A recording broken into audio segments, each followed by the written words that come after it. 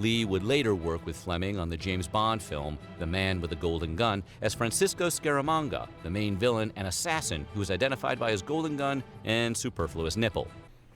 Alright y'all, welcome back to Comet Arms channel. So today we are checking out the video that a lot of y'all have been recommending to me, or at least a person that a lot of y'all have been recommending. So a lot of y'all keep telling me how badass Christopher Lee was, and I don't really know too much about him. I know he played Count Dooku, and I know he was also an actor, obviously a big actor in Lord of the Rings, but I never really got into those movies, so I don't really know too much about Christopher Lee. I think he was an awesome actor for sure, but yeah, a lot of y'all were telling me how much of a badass he was, how he served in like World War II and whatnot. So I really want to check it out because I think it's just one of those awesome things, especially when you consider actors and just how awesome they are at acting. You don't generally get too much into their background, but yeah, I've heard a lot of good things, so I definitely want to check it out. So that's what we're doing today. This video is about 15 minutes long, so not too bad. It's from Weird History. So I've seen this YouTube channel a bunch, so I imagine they have some pretty solid content. So yeah, I mean, let's get into it. Let's see how badass Christopher Lee really was. Most people know Christopher Lee for his work in the movies, specifically for his work in The Lord of the Rings, Star Wars, and of course, his portrayal of Dracula in 10 films. But he was much more than an actor. He was a man who lived life to the fullest. He was knighted, hunted Nazis in World War II, saved lives, earned several world records, and released several heavy metal albums in the 2000s. And that's just a partial list. Okay, already, like, you see a bunch of people, like, you hear about all these badasses who do, like, all these random things, and you just wouldn't expect all those things to go together. And this is exactly what we're seeing here. Like, I didn't know he was knighted. I mean, yeah, I guess it makes sense. I did hear him referred to as Sir Christopher Lee a couple times, but it never really rang a bell. But yeah, that's kind of a big deal. But when you hear living life to the fullest, that's exactly what that means. Just doing a bunch of stuff just because you're interested in doing it. And, he was just good at it. He just happened to be really good at it too. Today, we're going to explore the life of Christopher Lee and why he's the most interesting man in the world. But before we get started, subscribe to our channel, Weird History. Leave a comment and let us know what you think about this video and who you'd like us to cover next. Sir Christopher Frank Carandini Lee was born on May 27, 1922 in Belgravia, London, England. Dang. Even if he were never to become an actor, his life still would be considered an adventure. It's almost like he lived the life of Forrest Gump if Forrest was played by James Bond. We all know Christopher Lee was an actor. What's possibly more interesting is his storied military career. At 18 in 1939, Lee volunteered to fight for the Finnish forces during the Winter War. Oh, okay, wow. By 1941, Lee volunteered for the Royal Air Force. Badass. He felt he could make a greater impact, but after being diagnosed with a damaged optic nerve, he was told he would never be allowed to fly again. So he joined the Royal Air Force Intelligence Branch. It was here that Lee was attached to the Special Operations Executive and the Long Range Desert Group, the precursor of the Special Air Service. Oh, wow. Okay, so yeah, he was like an OG badass, but I didn't know he was volunteering to serve in the Finnish military for the Winter War. That's pretty badass. I know he's from London, so I don't know why he would volunteer to fight for the Finns. Maybe he just had something going on. Maybe he had Finnish heritage. I'm not really too sure about that, so I might have to look that up a little bit later on. But yeah, he couldn't fly, so then he joins the intelligence. Now, intelligence back in the day was a little bit different from what you'd see today, but you can imagine he was doing a lot of secret squirrel stuff, as we would like to say, and that's usually pretty badass. When you think of James Bond, he's probably one of those guys that actually went out there and did all that badass stuff. Never got into the details of his time with the Special Forces, but here's what we know. While in the Special Air Service, he fought in North Africa and then later moved on to Winston Churchill's Special Operations Executive. For his final few months of service, he was seconded to the Central Registry of War Criminals and Security Suspects, where he hunted Nazi criminals throughout Europe. Decades later, when asked about his military service in a press junket, Lee told the interviewer, "Can you keep a secret?" The journalist eagerly said, "Yes." Lee leaned in, lowered his voice, and said, "So can I." Classy. Dang. When Christopher Lee retired from the military in 1946 at 25, yes, he accomplished all of his previously mentioned military heroics by the time he was 25. He wasn't sure what he wanted to do with his life. One day during lunch with his cousin Niccolo Carandini, then the Italian ambassador to Britain, Lee was recounting his time in the military. Carandini then casually suggested, "Why don't you become an actor, Christopher?" And thus began his foray into the pages of the Guinness Book of World Records. Okay, I did not know the Guinness Book of World Records was even that old.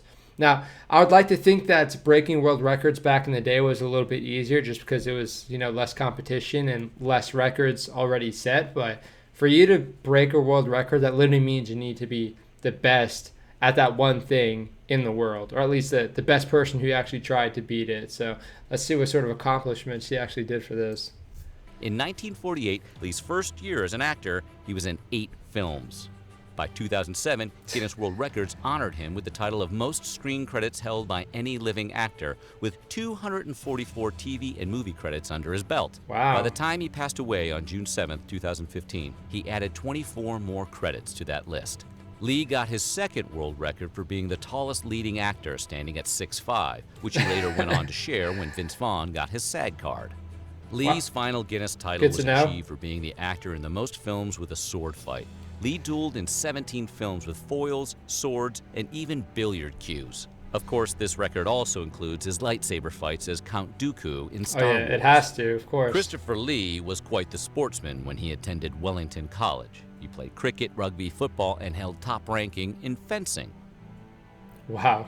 Christopher Lee's family tree is as impressive as they come. With his pedigree, it's no surprise that he went on to lead an incredibly interesting life.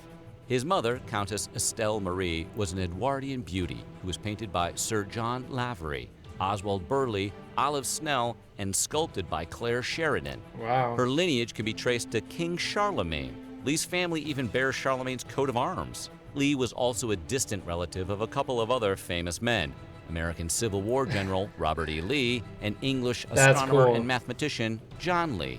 And as if his family tree needed to get any cooler, Lee is also a step-cousin of Ian Fleming, the author of the James Bond novels. Okay, I wonder if he was like any motivation for the actual James Bond character. I don't know if they actually met before they actually did the writing for that, but that's kind of cool to think about. That's a possibility. But yeah, maybe he was the original James Bond. Yeah, you think about all the stuff he actually did in his life, and you think that's relatively interesting. But to actually be born with all that awesome heritage and all that cool stuff, that history that you're actually following up, it gives you a little bit of pressure just because you need to make sure you live up to the family heritage and everything. But I think he didn't have any issues doing that, and he definitely superseded everything that happened previously with his family lineage. And yeah, I mean, when you're breaking that many world records out early on and you're doing all this awesome spy stuff, yeah, it's kind of hard to compete with that. So, yeah, I mean, we're 4 minutes in and we can already see he was definitely a badass. Mother divorced his father and remarried Harcourt George St. Croix Rose, Fleming's uncle. Interestingly enough, Lee would later work with Fleming on the James Bond film The Man with the Golden Gun as Francisco Scaramanga, the main villain and assassin who was identified by his golden gun and superfluous nipple. Fleming originally wanted him to play another Bond role. According to Lee in this interview with Total Film, Fleming wanted his step-cousin to portray a Spectre villain. He wanted me to play Dr. No, but by the time he got around to remembering to tell the producers, they'd already cast someone else. Spilled milk, and unfortunately Ian wasn't with us when I did Scaramanga, who is not remotely like the character in the book. In Fleming's novel, he's just a West Indian thug, but in the film, he's charming, elegant, amusing, lethal. I played him like the dark side of Bond. That's an interesting way of putting it. It can be said that Christopher Lee had a knack for being at the right place at the right time for most of his life. At 17, during the summer of 1939, Lee was traveling through France to meet up with his sister in the French Riviera when she was on holiday with friends. On his way there, he took a detour through Paris, where he stayed with the journalist Webb Miller. During his stay with Miller, Lee found himself outside the prison walls of Saint-Pierre in Versailles for the public execution of German criminal and serial murderer Eugene Wiedemann. Naturally, because everything in Lee's life was hardcore, Wiedemann's method of execution was by guillotine. The scene was so scandalous and hampered with hysterical behavior by spectators, French President Albert Lebrun immediately banned all future public executions. Witnessing Wiedemann's June 17th execution must have stirred up a dark interest in Lee on the subject matter because he ended up studying the history of public executions. He also claimed he knew the names of every public executioner in England dating back to the 15th century. Okay, that's an interesting way of getting into something. A little morbid, but I mean, hey, whatever you're interested in. I feel like I'm getting a huge history lesson just from learning one person's life story. Like that goes to show how interesting of a person he actually was. Because I feel like I'm learning more about England than I ever knew just from listening, to his past and his heritage and everything that he saw and experienced. And it's pretty incredible. Like, yeah, people have, they have the inkling to be at the right place at the right time, but at the same time there's also people that sort of attract all this stuff just based off of what they do and the positions they put themselves in and all the awesome interesting things they do. So I feel like he's definitely one of those people. But I mean, hey, it just happens to, he happens to see all these weird public executions and he gets interested in that. So I wonder if that actually led to anything besides maybe some movie roles. Early into his acting career, Christopher Lee had to make a decision: either continue down the path of his young career as an actor or become an opera singer. Around 1948 or 49, Lee says he was approached by the world-famous tenor Jussi Björling while in Sweden. Björling witnessed Lee casually singing with a bunch of students from Stockholm, walked up to him and told him, "You don't want to waste your time acting. You got a voice, you have the instrument, you have the sound. You should be a singer." Björling then offered to train Lee, but the actor would have to pay for his own housing and food in Stockholm. Lee was a starving artist and said he had very little money in those days, so he had to turn down the offer, a decision he regretted until his death. Lee just didn't stumble into opera, though. Singing was in his blood. His great-grandparents founded the first opera company in Australia in the 1850s. His London-born great-grandmother became the most famous singer in Australia. Her name was Marie Carandini. When Lee was on military leave in Naples sometime in 1944, he climbed Mount Vesuvius a mere 3 days before it erupted. You can imagine him saying, "Smoke rises from the mountain of doom, Vesuvius. The hour grows late, and Gandalf the Grey rides to Isengard seeking my counsel." The mountain, Vesuvius, not Doom, erupted on March 17, 1944, about 4 years into World War II. That was the last time the volcano acted up. Wow. Dude. Okay, so yeah, there's definitely people that sort of attract this stuff, but yeah, maybe he was just at the right place at the right time for a lot of this stuff. But I mean, again, he did have the desire to go and climb this mountain. There's a lot of people that just wouldn't be in these positions just based off of, what their desires are. You can go and, climb Mount Vesuvius and all of a sudden 3 days later it erupts, or all of a sudden you're singing with your buddies and, now there's a famous opera singer who's trying to teach you how to do opera. So yeah, he's definitely putting himself in a position to sort of warrant all this attention. But yeah, it's awesome to hear about. Again, I feel like I'm learning a whole bunch just about, the history of all this stuff. I didn't know anything about opera, that's for sure. And I mean, I guess I'm learning a little bit, at least from Australian opera singers. The 1916 death of Grigory Rasputin, the infamous Russian mystic, is highly contested in some circles. Here's what we know for certain. Rasputin died of 3 gunshots, one of which was at close range to his forehead. Beyond this, little is certain about his death, and the circumstances of his murder have been the subject of considerable speculation. The story goes that he was poisoned, shot, beaten, and then finally drowned. The assassins responsible are thought to be Prince Yusupov and Duke Dmitry Pavlovich. Although Lee starred as Rasputin in Rasputin the Mad Monk, his connection to the assassination goes deeper.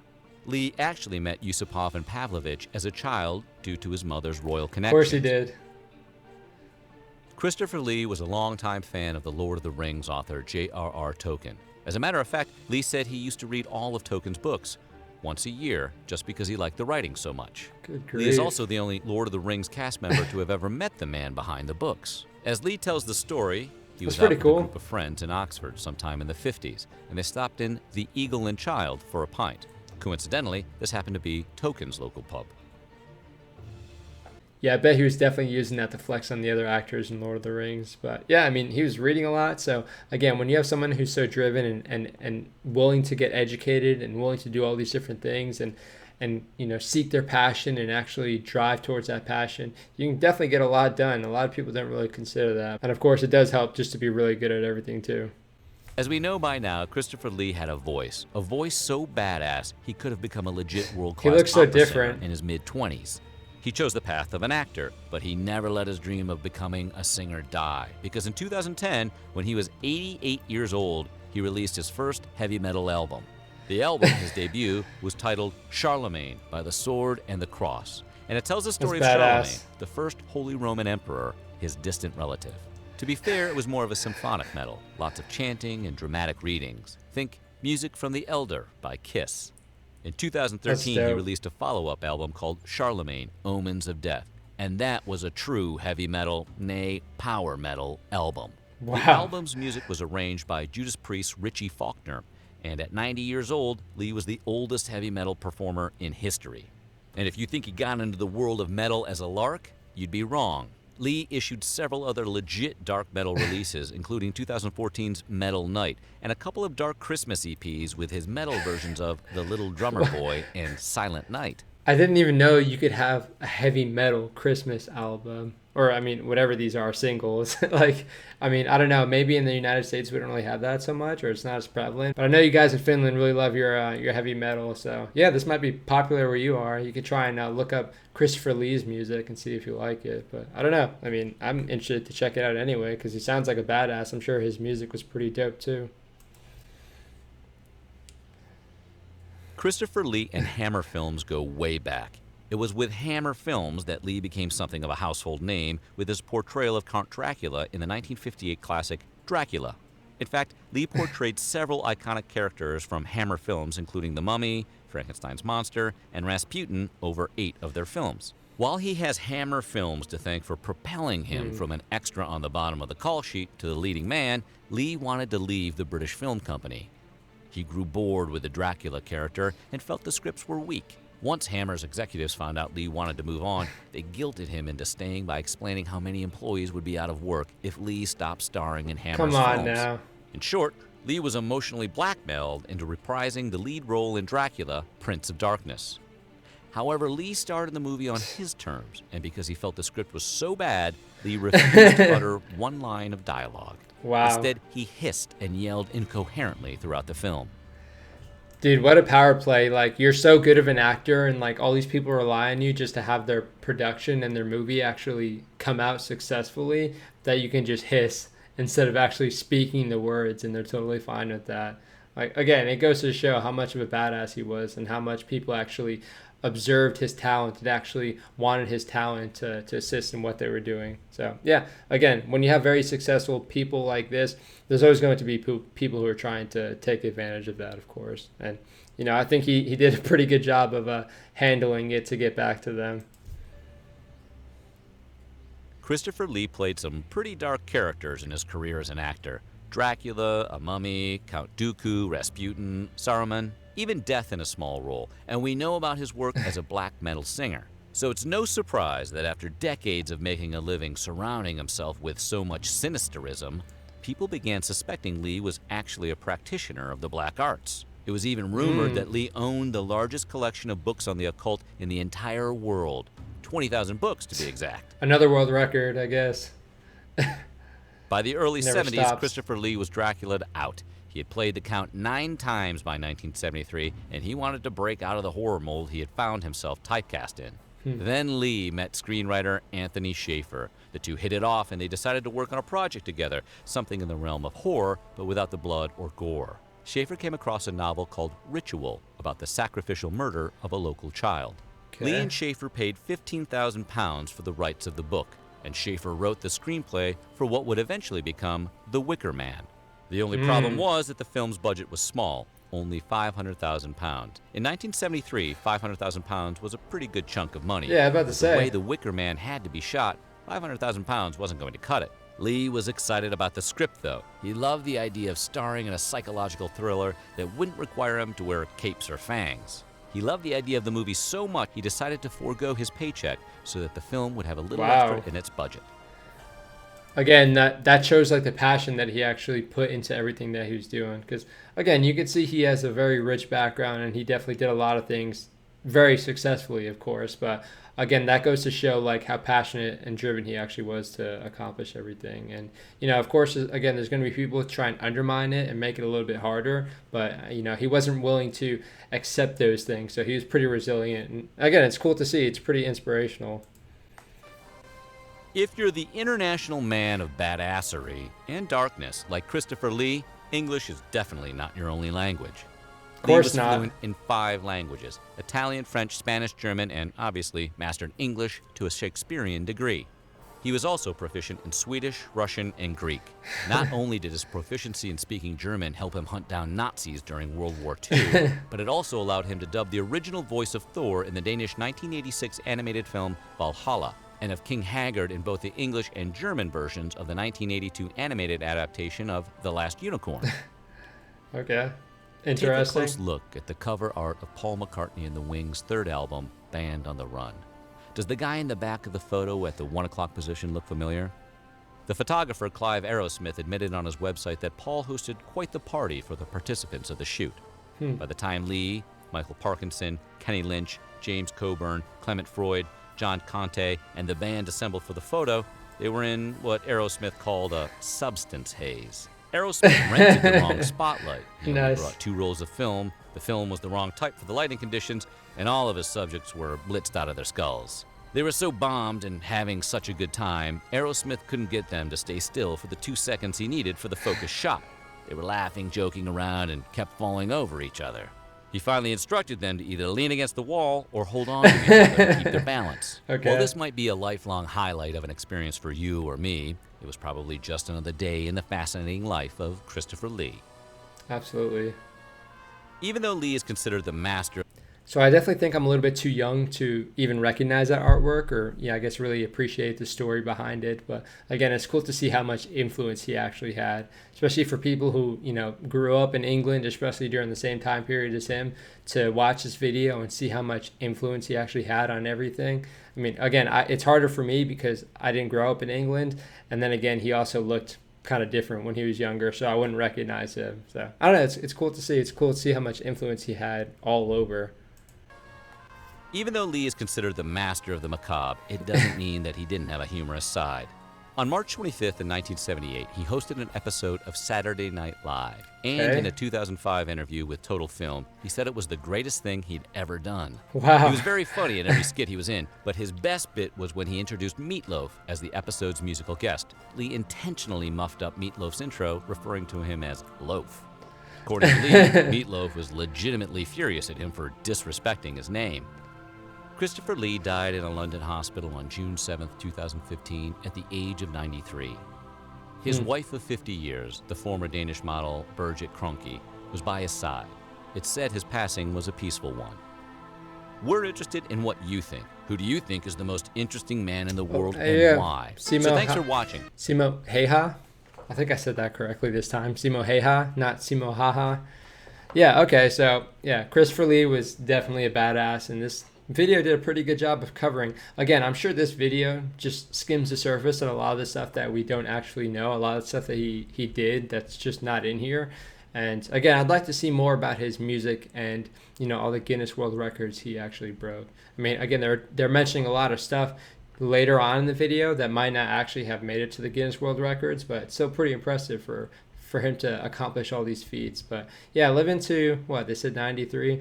That's not too bad. You can definitely imagine he lived a pretty full life. I didn't know it was in 2015 though. It felt like it was, I don't know, like 2017 or 2018. Yeah, it's crazy how much time flies. But yeah, I mean, it's awesome to hear about. It's awesome to see these influential people and see what really motivated them and what really drove their success. Because again, you could see he was passionate and driven to pretty much everything that he was doing. Of course you could be inspired by anything, but it's cool to see the resiliency actually come into effect, because if you're passionate about something, then you can pretty much go and do whatever you want and be successful at it and be pretty good at it. So it makes a lot of sense that he had that much outreach, throughout his life. But yeah, very cool to hear about. I did not know how badass Christopher Lee was. And again, there's a lot of other people on this channel, so we might check out some more people. So if you guys have any recommendations for any other people that are, secret badasses or closet badasses, definitely let me know in the comments section, because this was super interesting to hear about. Because you hear one fact and then you hear another fact, and it's just kind of mind-blowing. And then you hear more and more facts, and it really doesn't stop. And again, I'm sure this video just sort of skimmed the surface. So yeah, if you guys have any recommendations for any other badasses, I know a lot of y'all were saying, I forgot what his name was, Jack, basically I think the dude in World War I or World War II who's going around with the long sword and the bow and arrow. Yeah, Jack something. Yeah, I might have to check him out. But again, if you guys have any recommendations, put those down in the comments section. I do appreciate it. This was an awesome one. So I appreciate you guys being persistent with this recommendation. And of course, if you have any other badass facts about Christopher Lee that weren't in this video, you can put that in the comments section as well. But yeah, I hope you guys enjoyed the video. That is it for this one. So we'll see y'all in the next one.